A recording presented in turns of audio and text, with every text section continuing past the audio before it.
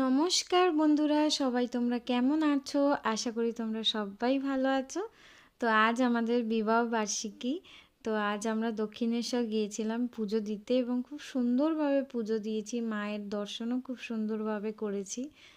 তো পুজো টুজো দেওয়ার পর আমাদের খুব খিদে পেয়ে গেছিলো, যথারীতি আমরা খেতে বসে গেছি। আমার হাজব্যান্ড এই যে কচুরি নিয়েছে এখানে, আর আমরা দোসা ইডলি এগুলো সব নিয়েছি।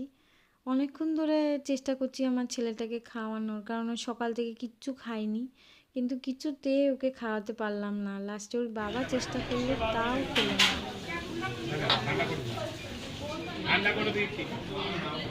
আমি এবার খেতে বসে গেছি, আর তারপরে আমি লস্যি নিলাম, আর বাকিরা সবাই চা কফি এগুলো নিল। তো লস্যি আমি আমার ছেলেকেও দিয়েছি, ওর এটা খেতে খুব টেস্ট লেগেছে, বারবার আরও চাইছে, কিন্তু ওর বাবা মানা করলো যদি ভুল করে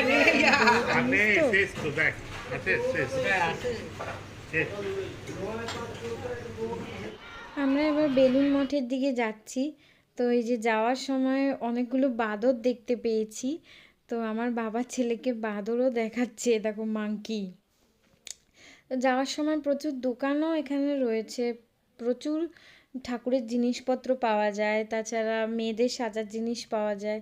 তো আমি আর মা যথারীতি দাঁড়িয়ে গেছি, হার কানের কিনছি দাঁড়িয়ে দাঁড়িয়ে। তো এইবার এই যে আমরা লঞ্চ চলে এসছে, এই লঞ্চের দিকে যাচ্ছি আমরা। এই দেখো, এটা হচ্ছে দক্ষিণেশ্বর ব্রিজ বা বালি ব্রিজও অনেকে বলে। তো খুব সুন্দর, মানে দারুণ লাগছে আমাদের। মাঝে মাঝে এরকম ঘুরতে যেতে আমার খুব ভাল লাগে, তাতে মনটাও ভালো হয়ে যায়। শুধু আমি কেন, আমার পরিবারের সকলের খুব ঘুরতে যেতে ভাল লাগে। আমরা এখানে লঞ্চে উঠে বিভিন্ন রকমের পোজ দিয়ে ছবি তুলছি। বন্ধুরা, আমার এই ব্লগটা ভাল লাগলে আমার চ্যানেলটিকে সাবস্ক্রাইব করো, লাইক করো, কমেন্ট করো, আর একটা শেয়ার করে দিও।